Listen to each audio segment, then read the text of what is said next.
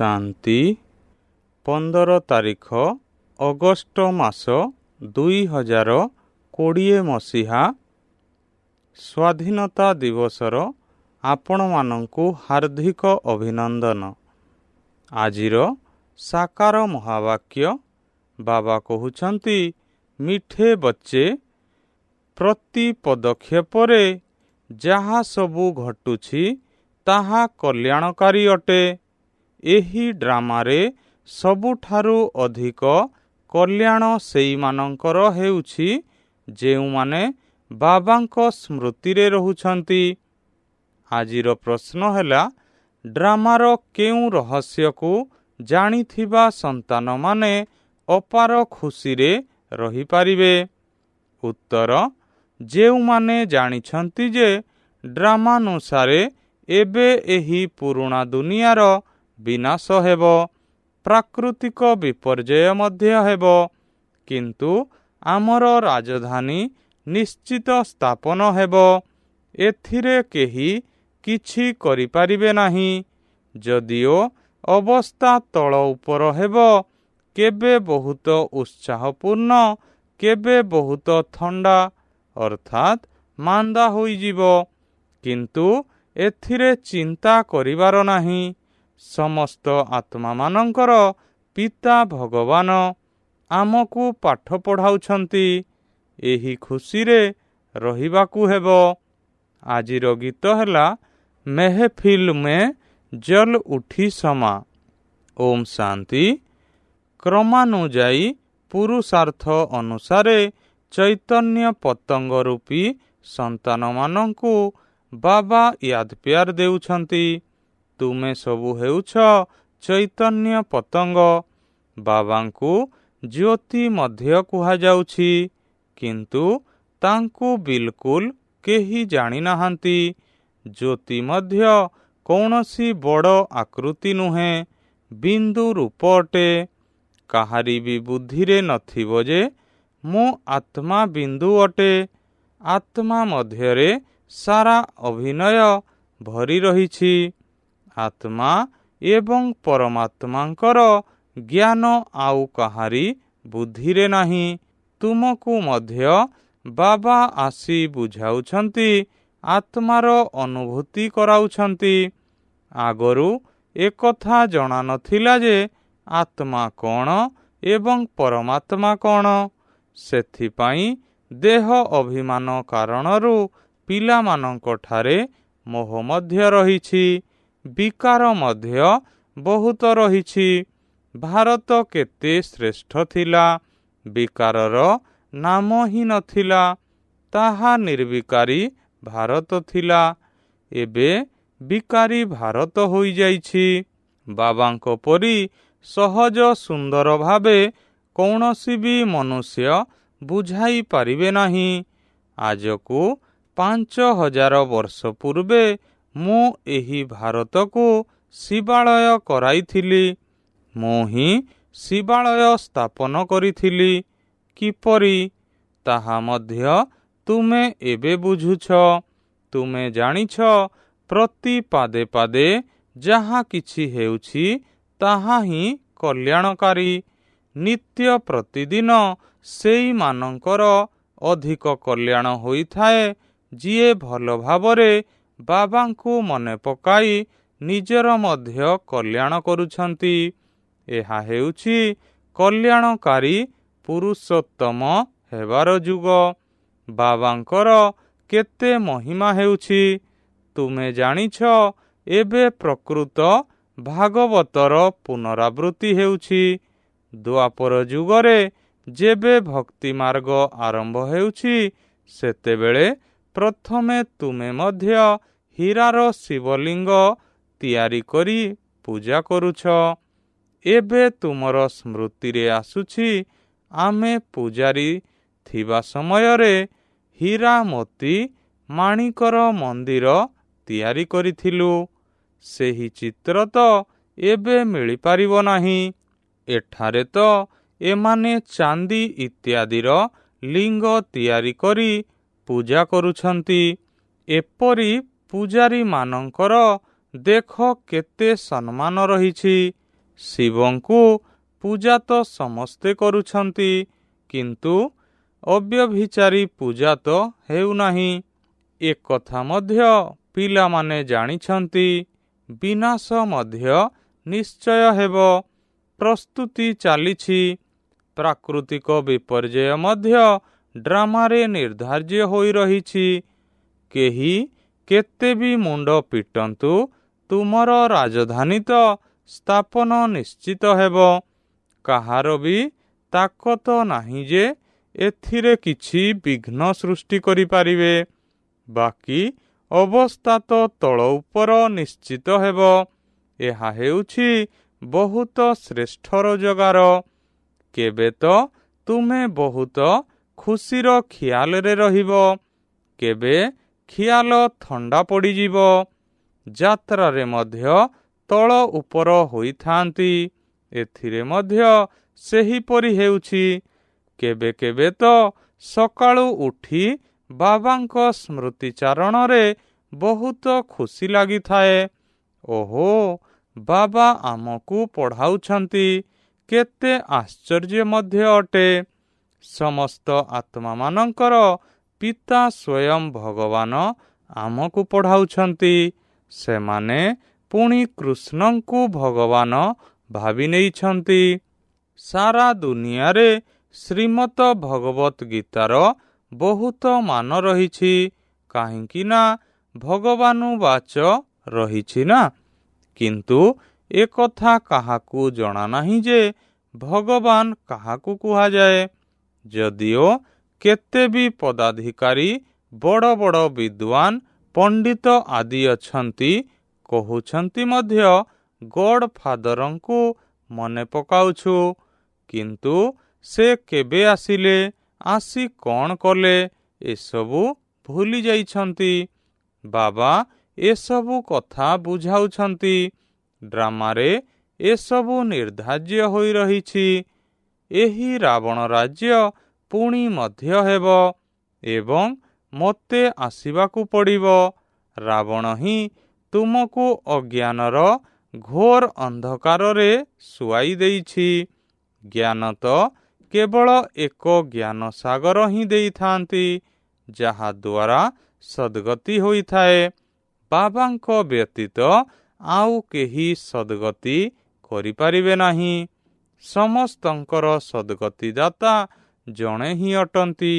ଗୀତାର ଜ୍ଞାନ ଯାହାକୁ ବାବା ଶୁଣାଇଥିଲେ, ତାହା ପ୍ରାୟ ଲୋପ ହୋଇଯାଇଛି। ଏପରି ନୁହେଁ ଯେ ଏହି ଜ୍ଞାନ କୌଣସି ପରମ୍ପରାରୁ ପ୍ରଚଳିତ ହୋଇ ଆସୁଛି। ଅନ୍ୟ ଧର୍ମର କୋରାନ, ବାଇବେଲ ଆଦି ପ୍ରଚଳିତ ହୋଇ ଆସୁଛି, ବିନାଶ ହେଉନାହିଁ। ତୁମକୁ ବର୍ତ୍ତମାନ ଯେଉଁ ଜ୍ଞାନ ମୁଁ ଦେଉଛି, ତାହାର କୌଣସି ଶାସ୍ତ୍ର ତିଆରି ହେଉନାହିଁ, ଯାହାକି ପରମ୍ପରା ବା ଅନାଦି ହୋଇଯିବ। ଏହାକୁ ତ ତୁମେ ଲେଖୁଛ, ପୁଣି ନଷ୍ଟ କରିଦେଉଛ। ଏସବୁ ତ ସ୍ୱାଭାବିକ ଭାବରେ ଜଳି ପୋଡ଼ି ସମାପ୍ତ ହୋଇଯିବ। ବାବା କଳ୍ପ ପୂର୍ବରୁ ମଧ୍ୟ କହିଥିଲେ, ଏବେ ମଧ୍ୟ ତୁମକୁ କହୁଛନ୍ତି। ଏହି ଜ୍ଞାନ ତୁମକୁ ଏବେ ମିଳୁଛି, ପୁଣି ଏହା ପରେ ଯାଇ ପ୍ରାରବ୍ଧ ଭୋଗ କରିବ। ତାପରେ ଆଉ ଏହି ଜ୍ଞାନର ଆବଶ୍ୟକତା ରହିବ ନାହିଁ। ସବୁ ଶାସ୍ତ୍ର ଭକ୍ତି ମାର୍ଗର ଅଟେ। ବାବା ତୁମମାନଙ୍କୁ ଗୀତା ଆଦି ପଢ଼ି ଶୁଣାଉନାହାନ୍ତି। ବାବା ରାଜଯୋଗର ଶିକ୍ଷା ଦେଉଛନ୍ତି, ଯାହାକୁ ପୁଣି ଭକ୍ତି ମାର୍ଗରେ ଶାସ୍ତ୍ର ତିଆରି କରି ଭୁଲ ଭାଲ କରିଦେଉଛନ୍ତି। ତୁମ ପାଇଁ ମୂଳ କଥା ହେଉଛି, ଗୀତାର ଜ୍ଞାନ କିଏ ଦେଇଛନ୍ତି? ତାଙ୍କର ନାମ ବଦଳେଇ ଦେଇଛନ୍ତି। ଆଉ କୌଣସି ଧର୍ମର ନାମ ବଦଳି ନାହିଁ। ସମସ୍ତଙ୍କର ମୁଖ୍ୟ ଧର୍ମଶାସ୍ତ୍ର ରହିଛି ନା। ସେମାନଙ୍କ ମଧ୍ୟରେ ମୁଖ୍ୟ ହେଉଛି ଦେବତା ଧର୍ମ, ଇସଲାମ ଧର୍ମ, ବୌଦ୍ଧ ଧର୍ମ। ଯଦିଓ କେହି କେହି କହୁଛନ୍ତି ଯେ ପ୍ରଥମେ ବୌଦ୍ଧ ଧର୍ମ, ପଛରେ ଇସଲାମ ଧର୍ମ। କୁହ, ଏହି କଥା ସହିତ ଗୀତାର କୌଣସି ସମ୍ପର୍କ ନାହିଁ। ଆମର ତ କାମ ହେଲା ବାବାଙ୍କ ଠାରୁ କିପରି ସମ୍ପତ୍ତି ନେବା। ବାବା କେତେ ଭଲ ଭାବରେ ବୁଝାଉଛନ୍ତି। ଏହା ହେଉଛି ବିଶାଳ କଳ୍ପବୃକ୍ଷ, ବହୁତ ସୁନ୍ଦର, ଯେପରିକି ଫୁଲଦାନୀ।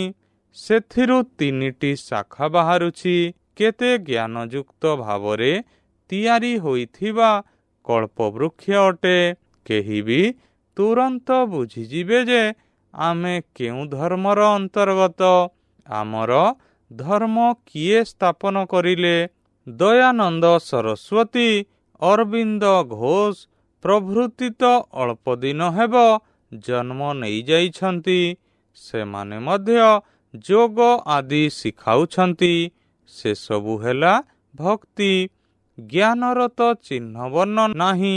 କେତେ ବଡ଼ ବଡ଼ ଉପାଧି ମିଳୁଛି। ଏହା ତ ସବୁ ଡ୍ରାମାରେ ନିର୍ଦ୍ଧାର୍ଯ୍ୟ ଅଛି। ପୁଣି ମଧ୍ୟ ହେବ 5000 ବର୍ଷ ପରେ। ଆରମ୍ଭରୁ ନେଇ ଏହି ଚକ୍ର କିପରି ଚାଲିଛି, ପୁଣି କିପରି ପୁନରାବୃତ୍ତି ହେଉଛି, ତୁମେ ଜାଣିଛ। ବର୍ତ୍ତମାନର ଘଟଣା ସବୁ ଅତୀତ ହୋଇ ପୁଣି ଭବିଷ୍ୟତ ହୋଇଯିବ। ବର୍ତ୍ତମାନ ଅତୀତ, ଭବିଷ୍ୟତ, ଯାହା ଅତୀତ ହୋଇଯାଉଛି ତାହା ପୁଣି ଭବିଷ୍ୟତ ହେଉଛି। ଏବେ ତୁମକୁ ଜ୍ଞାନ ମିଳୁଛି, ପୁଣି ତୁମେ ରାଜତ୍ୱ ଗ୍ରହଣ କରୁଛ। ଏହି ଦେବତାମାନଙ୍କର ରାଜ୍ୟ ଥିଲା ନା? ସେ ସମୟରେ ଆଉ କାହାର ରାଜ୍ୟ ନଥିଲା। ଏହାକୁ ମଧ୍ୟ ଏକ କାହାଣୀ ସଦୃଶ ଶୁଣାଅ। ବଡ଼ ସୁନ୍ଦର କାହାଣୀ ହୋଇଯିବ। ଦୀର୍ଘ 5000 ବର୍ଷ ପୂର୍ବରୁ ଏହି ଭାରତ ସତ୍ୟଯୁଗ ଥିଲା। ଅନ୍ୟ କୌଣସି ଧର୍ମ ନଥିଲା। କେବଳ ଦେବୀ ଦେବତାଙ୍କର ହିଁ ରାଜ୍ୟ ଥିଲା। ସେମାନଙ୍କ ରାଜ୍ୟକୁ ସୂର୍ଯ୍ୟବଂଶୀ ରାଜ୍ୟ କୁହାଯାଉଥିଲା। ଲକ୍ଷ୍ମୀ ନାରାୟଣଙ୍କର ରାଜ୍ୟ ରହିଲା 1250 ବର୍ଷ। ପୁଣି ସେମାନେ ଅନ୍ୟ ଭାଇମାନଙ୍କୁ ଅର୍ଥାତ୍ କ୍ଷତ୍ରିୟମାନଙ୍କୁ ରାଜ୍ୟ ଦେଲେ। ପୁଣି ସେମାନଙ୍କର ରାଜ୍ୟ ଚାଲିଲା। ତୁମେ ବୁଝାଇ ପାରିବ ଯେ ବାବା ଆସି ପାଠ ପଢ଼ାଇଥିଲେ। ଯେଉଁମାନେ ଭଲ ଭାବରେ ପଢ଼ିଲେ ସେମାନେ ସୂର୍ଯ୍ୟବଂଶୀ ହେଲେ। ଯେଉଁମାନେ ଫେଲ୍ ହେଲେ ତାଙ୍କର ନାମ କ୍ଷତ୍ରିୟ ରଖାଗଲା। ବାକି ଲଢ଼େଇ ଆଦିର କଥା ନାହିଁ। ବାବା କହୁଛନ୍ତି, ପିଲାମାନେ, ତୁମେ ମୋତେ ମନେ ପକାଅ, ତେବେ ତୁମର ବିକର୍ମ ବିନାଶ ହୋଇଯିବ। ତୁମକୁ ବିକାର ଉପରେ ବିଜୟ ପ୍ରାପ୍ତ କରିବାକୁ ହେବ। ବାବା ଆଧ୍ୟାଦେଶ ଜାରି କରିଛନ୍ତି। ଯେଉଁମାନେ କାମ ବିକାର ଉପରେ ବିଜୟ ପ୍ରାପ୍ତି କରିବେ ସେମାନେ ଜଗତଜିତ୍ ହେବେ। ଶେଷ ବେଳକୁ ଅଧା କଳ୍ପ ପରେ ପୁଣି ବାମ ମାର୍ଗରେ ଗତି କରିଥାନ୍ତି। ସେମାନଙ୍କର ମଧ୍ୟ ଚିତ୍ର ରହିଛି। ଚେହେରା ଦେବତାମାନଙ୍କର କରାଯାଇଛି। ରାମ ରାଜ୍ୟ ଏବଂ ରାବଣ ରାଜ୍ୟ ଅଧା ଅଧା ଅଟେ। ସେମାନଙ୍କର କାହାଣୀ ତିଆରି କରିବା ଉଚିତ। ତାପରେ କ'ଣ ହେଲା? ଏହା ହିଁ ସତ୍ୟନାରାୟଣଙ୍କର କାହାଣୀ ଅଟେ। ସତ୍ୟ ତ ହେଉଛନ୍ତି ଏକମାତ୍ର ବାବା, ଯିଏ ବର୍ତ୍ତମାନ ଆସି ସମଗ୍ର ସୃଷ୍ଟିର ଆଦି ମଧ୍ୟ ଅନ୍ତର ଜ୍ଞାନ ତୁମକୁ ଦେଉଛନ୍ତି, ଯାହାକୁ ଆଉ କେହି ଦେଇପାରିବେ ନାହିଁ। ମନୁଷ୍ୟ ତ ବାବାଙ୍କୁ ହିଁ ଜାଣିନାହାନ୍ତି। ଯେଉଁ ଡ୍ରାମାର ଅଭିନେତା ହୋଇଛନ୍ତି, ସେହି ଡ୍ରାମାର ରଚୟିତା, ନିର୍ଦ୍ଦେଶକ ଆଦିଙ୍କୁ ଜାଣିନାହାନ୍ତି। ତେବେ ବାକି କିଏ ଜାଣିବେ? ଏବେ ତୁମକୁ ବାବା ବତାଉଛନ୍ତି ଡ୍ରାମା ଅନୁସାରେ ଏସବୁ ପୁଣି ବି ଏହିଭଳି ହେବ। ବାବା ଆସି ତୁମମାନଙ୍କୁ ପୁଣି ମଧ୍ୟ ପଢ଼ାଇବେ। ଏଠାକୁ ଅନ୍ୟ କେହି ଆସିପାରିବେ ନାହିଁ। ବାବା କହୁଛନ୍ତି, ମୁଁ ପିଲାମାନଙ୍କୁ ହିଁ ପଢ଼ାଉଛି, ନୂଆ କାହାକୁ ଏହି କ୍ଲାସ୍ ମଧ୍ୟରେ ବସା ଯାଇପାରିବ ନାହିଁ। ଇନ୍ଦ୍ରପ୍ରସ୍ଥର କାହାଣୀ ମଧ୍ୟ ରହିଛି ନା। ନୀଲମ ପରି ପୁଖରାଜ ପରୀମାନଙ୍କର ନାମ ରହିଛି ନା। ତୁମମାନଙ୍କ ମଧ୍ୟରେ ବି କେହି ହୀରା ତୁଲ୍ୟ ରତ୍ନ ଅଛନ୍ତି। ଦେଖ, ରମେଶ ପ୍ରଦର୍ଶନୀ ସେବାର ଏପରି ଉପାୟ ବାହାର କଲେ ଯାହା ଦ୍ୱାରା ସମସ୍ତଙ୍କର ବିଚାର ସାଗର ମନ୍ଥନ ଚାଲିଲା। ତେଣୁ ହୀରା ତୁଲ୍ୟ କାମ କଲେ ନା। କେହି ପୁଖରାଜମଣି ତ କେହି ଆଉ କିଛି। କେହି ତ ବିଲକୁଲ କିଛି ମଧ୍ୟ ଜାଣିନାହାନ୍ତି। ଏକଥା ମଧ୍ୟ ଜାଣିଛ ଯେ ବର୍ତ୍ତମାନ ରାଜଧାନୀ ସ୍ଥାପନ ହେଉଛି। ସେଥିପାଇଁ ରାଜା ରାଣୀ ଆଦି ସବୁ ଦରକାର।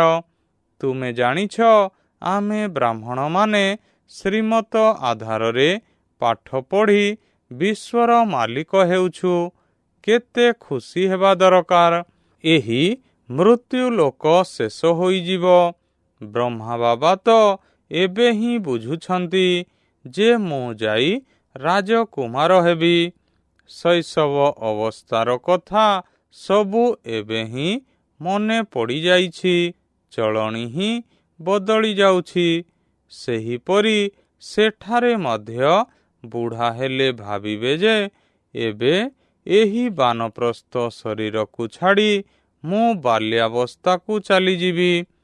ଶୈଶବ ହେଉଛି ସତ୍ତ୍ୱ ପ୍ରଧାନ ଅବସ୍ଥା। ଲକ୍ଷ୍ମୀ ନାରାୟଣ ହେଉଛନ୍ତି ଯୁବକ। ବିବାହିତଙ୍କୁ କ'ଣ କିଶୋର ଅବସ୍ଥା କୁହାଯିବ କି? ଯୁବା ଅବସ୍ଥାକୁ ରଜ, ବୃଦ୍ଧ ଅବସ୍ଥାକୁ ତମ କୁହାଯାଏ। ସେଥିପାଇଁ କୃଷ୍ଣଙ୍କ ପ୍ରତି ଅଧିକ ସ୍ନେହ ରହିଥାଏ। ସେହି ରାଧାକୃଷ୍ଣ ହିଁ ଲକ୍ଷ୍ମୀ ନାରାୟଣ ହେଉଛନ୍ତି। କିନ୍ତୁ ମନୁଷ୍ୟମାନେ ଏକଥା ଜାଣିନାହାନ୍ତି। କୃଷ୍ଣଙ୍କୁ ଦ୍ୱାପରକୁ, ଲକ୍ଷ୍ମୀ ନାରାୟଣଙ୍କୁ ସତ୍ୟ ଯୁଗକୁ ନେଇଯାଇଛନ୍ତି। ଏବେ ତୁମେ ଦେବତା ହେବାର ପୁରୁଷାର୍ଥ କରୁଛ। ବାବା କହୁଛନ୍ତି କୁମାରୀମାନଙ୍କୁ ସେବାରେ ଆଗଭର ହେବା ଉଚିତ। କୁମାରୀ କନ୍ୟା, ଅଧର କୁମାରୀଙ୍କର ମନ୍ଦିର, ଦିଲୱାଡ଼ା ଇତ୍ୟାଦି ଯେଉଁ ସବୁ ମନ୍ଦିର ଅଛି ତାହା ତୁମମାନଙ୍କର ହିଁ ଅବିକଳ ସ୍ମାରକୀ ଅଟେ। ତାହା ହେଲା ଜଡ଼, ଏହା ହେଲା ଚୈତନ୍ୟ। ତୁମେ ଏଠାରେ ଚୈତନ୍ୟରେ ବସିଛ। ଭାରତକୁ ସ୍ୱର୍ଗ କରୁଛ। ସ୍ୱର୍ଗ ତ ଏହିଠାରେ ହିଁ ହେବ। ସୂକ୍ଷ୍ମ ବତନ, ମୂଳ ବତନ କେଉଁଠି ଅଛି? ତୁମକୁ ଏସବୁ କିଛି ଜଣାଅଛି। ସାରା ଡ୍ରାମାକୁ ତୁମେ ଜାଣିଛ। ଯାହା ଅତୀତ ହୋଇଯାଇଛି ତାହା ପୁଣି ଭବିଷ୍ୟତ ହୋଇ ପୁଣି ଅତୀତ ହେବ। ତୁମକୁ କିଏ ପଢ଼ାଉଛନ୍ତି? ଏହି କଥା ବୁଝାଇବାକୁ ହେବ। ଆମକୁ ଭଗବାନ ପଢ଼ାଉଛନ୍ତି। ବାକି ଖୁସିରେ ବିଭୋର ହୋଇଯିବା ଦରକାର। ବାବାଙ୍କ ସ୍ମୃତି ଦ୍ୱାରା ସବୁ ଅଶୁଦ୍ଧି ବାହାରି ଯାଉଛି। ବାବା ଆମର ପିତା ମଧ୍ୟ ଅଟନ୍ତି। ଆମକୁ ପଢ଼ାଉଛନ୍ତି, ପୁଣି ସାଥିରେ ନେଇଯିବେ। ନିଜକୁ ଆତ୍ମା ଭାବି ପରମାତ୍ମା ପିତାଙ୍କ ସହିତ ଏହିପରି କଥା ହେବା ଉଚିତ।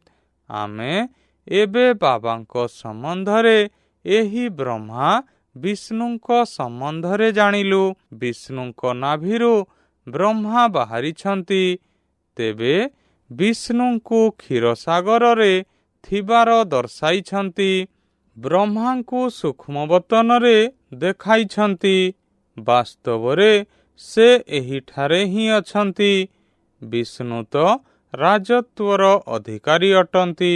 ଯଦି ବିଷ୍ଣୁଙ୍କ ଠାରୁ ବ୍ରହ୍ମା ବାହାରିଲେ ତେବେ ନିଶ୍ଚିତ ରାଜ୍ୟ ମଧ୍ୟ କରିବେ। ବିଷ୍ଣୁଙ୍କ ନାଭିରୁ ବାହାରିଥିବାରୁ ଯେପରି ସେ ବିଷ୍ଣୁଙ୍କ ସନ୍ତାନ ହୋଇଗଲେ। ଏହିସବୁ କଥା ବାବା ବସି ବୁଝାଉଛନ୍ତି। ବ୍ରହ୍ମା ହିଁ 84 ଜନ୍ମ ପୂରଣ କରି ଏବେ ପୁଣି ବିଷ୍ଣୁପୁରୀର ମାଲିକ ହେଉଛନ୍ତି। ଏକଥା ମଧ୍ୟ ସମ୍ପୂର୍ଣ୍ଣ ରୂପରେ କେହି ବୁଝି ନାହାନ୍ତି। ସେଥିପାଇଁ ତ ଏତେ ଖୁସିର ନିଶା ଚଢ଼ୁନାହିଁ। ତୁମେ ହେଉଛ ଗୋପ ଗୋପୀ। ସତ୍ୟ ଯୁଗରେ କ'ଣ ଗୋପ ଗୋପୀ ରହିବେ କି? ସେଠାରେ ତ ରାଜକୁମାର ରାଜକୁମାରୀ ରହିବେ। ଗୋପ ଗୋପୀମାନଙ୍କର ହିଁ ଗୋପୀ ବଲ୍ଲଭ ଅଟନ୍ତି ନା। ପ୍ରଜାପିତା ବ୍ରହ୍ମା ହେଉଛନ୍ତି ସମସ୍ତ ମନୁଷ୍ୟମାନଙ୍କର ପିତା ଏବଂ ପୁଣି ସବୁ ଆତ୍ମାମାନଙ୍କର ପିତା ହେଉଛନ୍ତି ନିରାକାର ଶିବ। ଏମାନେ ସମସ୍ତେ ହେଲେ ମୁଖ ବଂଶାବଳୀ। ତୁମେ ସବୁ ବିକେ ଭାଇ ଭଉଣୀ ହୋଇଗଲ। ତେଣୁ ବିକାରୀ ଦୃଷ୍ଟି ରହିପାରିବ ନାହିଁ। ଏଥିରେ ହିଁ ମାୟା ହରାଇ ଦେଉଛି। ବାବା କହୁଛନ୍ତି, ବର୍ତ୍ତମାନ ପର୍ଯ୍ୟନ୍ତ ଯାହା କିଛି ବେଦଶାସ୍ତ୍ର ପଢ଼ିଛ ତାକୁ ବୁଦ୍ଧିରୁ ଭୁଲିଯାଅ। ମୁଁ ଯାହା ଶୁଣାଉଛି ତାକୁ ଶୁଣ। ସିଢ଼ି ତ ବହୁତ ଫାଷ୍ଟ କ୍ଲାସ୍ ଅଟେ।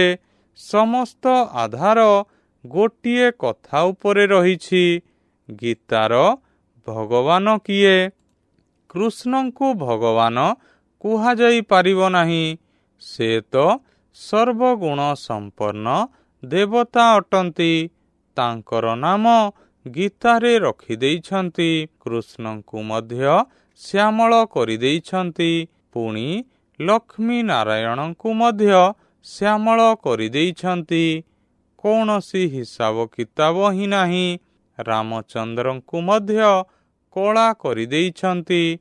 ବାବା କହୁଛନ୍ତି, କାମ ଚିତା ଉପରେ ବସିବା ଦ୍ୱାରା ଶ୍ୟାମଳ ହୋଇଯାଇଛନ୍ତି।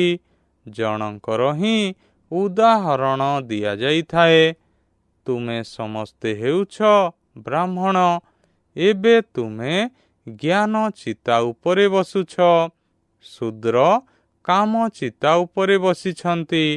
ବାବା କହୁଛନ୍ତି, ବିଚାର ସାଗର ମନ୍ଥନ କରି ଉପାୟ ବାହାର କର ଯେ କିପରି ସମସ୍ତଙ୍କୁ ଜାଗ୍ରତ କରିବା। ଡ୍ରାମା ଅନୁସାରେ ଜାଗ୍ରତ ମଧ୍ୟ ହେବେ। ଡ୍ରାମା ବହୁତ ଧୀରେ ଧୀରେ ଚାଲୁଛି। ଆଚ୍ଛା, ମିଠା ମିଠା ଶିକିଲଧେ ସନ୍ତାନମାନଙ୍କ ପ୍ରତି ମାତା ପିତା ବାପ ଦାଦାଙ୍କର ମଧୁର ସ୍ନେହଭରା ସ୍ମୃତି ଏବଂ ସୁପ୍ରଭାତ। ଆତ୍ମିକ ପିତାଙ୍କର ଆତ୍ମିକ ସନ୍ତାନମାନଙ୍କୁ ନମସ୍ତେ। ଧାରଣା ପାଇଁ ମୁଖ୍ୟ ସାର। ପ୍ରଥମ ପଏଣ୍ଟ, ସର୍ବଦା ଏହି ସ୍ମୃତିରେ ରହିବାକୁ ହେବ ଯେ ଆମେ ଗୋପୀ ବଲ୍ଲଭଙ୍କର ଗୋପ ଗୋପୀ ଅଟୁ। ଏହି ସ୍ମୃତିରେ ସର୍ବଦା ଖୁସିର ପାରଦ ଚଢ଼ି ରହୁ। 2 ନମ୍ବର ପଏଣ୍ଟ, ବର୍ତ୍ତମାନ ପର୍ଯ୍ୟନ୍ତ ଯାହା କିଛି ପଢ଼ିଛ ସେ ସବୁକୁ ବୁଦ୍ଧିରୁ ଭୁଲି ବାବା ଯାହା ଶୁଣାଉଛନ୍ତି ତାକୁ ହିଁ ପଢ଼ିବାକୁ ହେବ। ଆମେ ଭାଇ ଭଉଣୀ ଅଟୁ। ଏହି ସ୍ମୃତି ଦ୍ୱାରା ବିକାରୀ ଦୃଷ୍ଟିକୁ ସମାପ୍ତ କରିବାକୁ ହେବ। ମାୟାଠାରୁ ହାରିଯିବାର ନାହିଁ। ଆଜିର ବରଦାନ, ରିଅଲ୍ଟି ଅର୍ଥାତ୍ ବାସ୍ତବିକତା ଦ୍ୱାରା ରୟାଲ୍ଟି ଅର୍ଥାତ୍ ରାଜକୀୟତାର ପ୍ରତ୍ୟକ୍ଷ ରୂପ ଦେଖାଉଥିବା ସାକ୍ଷାତକାର ମୂରତ ହୁଅ। ବିସ୍ତାର, ବର୍ତ୍ତମାନ ଏହି ସମୟ ଆସିବା ପାଇଁ ଯାଉଛି ଯାହାକି ପ୍ରତ୍ୟେକ ଆତ୍ମା ପ୍ରତ୍ୟକ୍ଷ ରୂପରେ ନିଜର ବାସ୍ତବିକତା ଦ୍ୱାରା ରାଜକୀୟତାର ସାକ୍ଷାତକାର କରାଇବେ। ବାସ୍ ପ୍ରତ୍ୟେକ ସମୟରେ ମାଳାରେ ଦାନାଗୁଡ଼ିକର କ୍ରମିକ ସଂଖ୍ୟା ଏବଂ ଭବିଷ୍ୟତ ରାଜ୍ୟପଦର ସ୍ୱରୂପ ଉଭୟ ପ୍ରତ୍ୟକ୍ଷ ହେବ।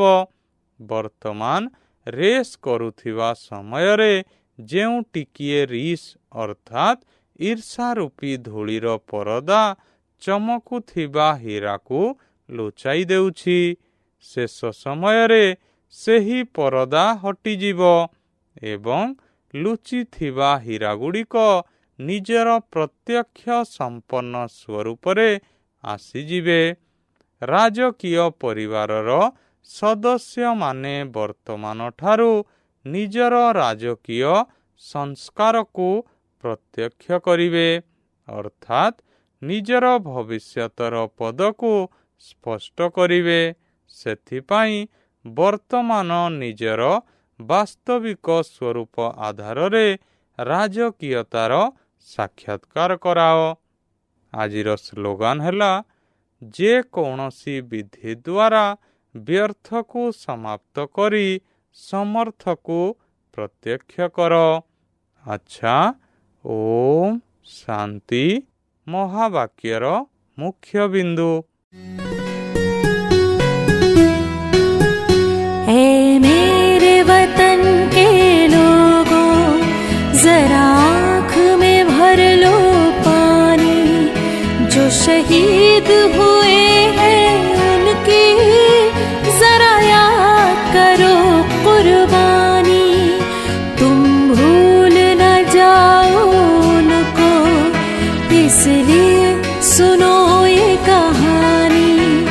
जो शहीद हुए हैं उनकी जरा याद करो कुर्बानी।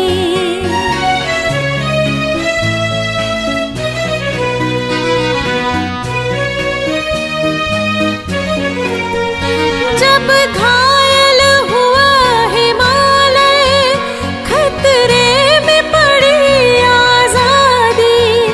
जब तक थी सांस लड़े वो, जब तक थी सांस लड़े वो, फिर अपनी लाश बिछा दी। संगीन पे धर कर माथा सो गए अमर बलिदानी। जो शहीद हुए हैं उनकी जरा याद करो कुर्बानी।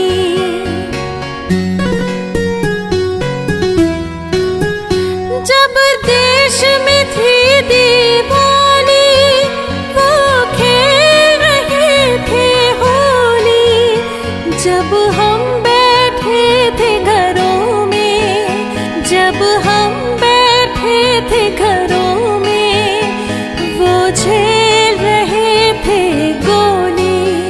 थे धन्य जवान वो अपने, थी धन्य वो उनकी जवानी। जो शहीद हुए हैं उनकी जरा याद करो कुर्बानी।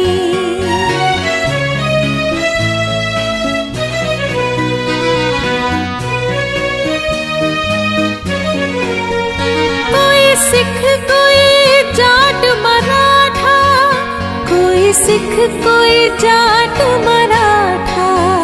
कोई गुरखा कोई मदरासी, कोई गुरखा कोई मदरासी। सरहद पर मरने वाला,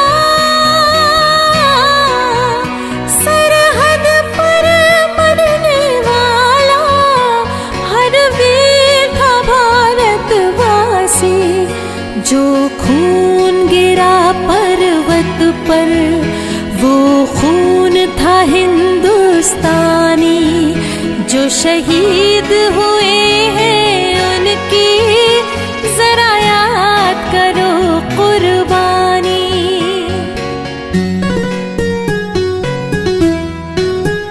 थी खून से लथपथ काया, फिर भी बंदूक उठा के 10-10 को एक ने मारा। फिर गिर गए होश गवा के। जब अंत समय आया तो,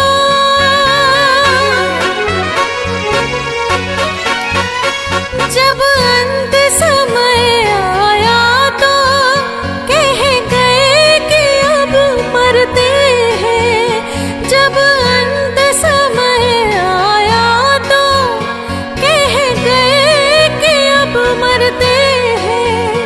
खुश रहना देश के प्यारों, खुश रहना देश के प्यारों। अब सफर करते हैं, अब हम तो सफर करते हैं। क्या लोग थे वो दीवाने, क्या लोग थे वो अभिमानी, जो शहीद हुए हैं उनकी जरा याद करो कुर्बानी। तुम भूल ना जाओ उनको, इसलिए कही कहानी, जो शहीद हुए हैं उनकी जरा याद करो कुर्बानी। जय हिंद, जय हिंद की सेना, जय हिंद, जय हिंद की सेना, जय हिंद, जय हिंद, जय हिंद।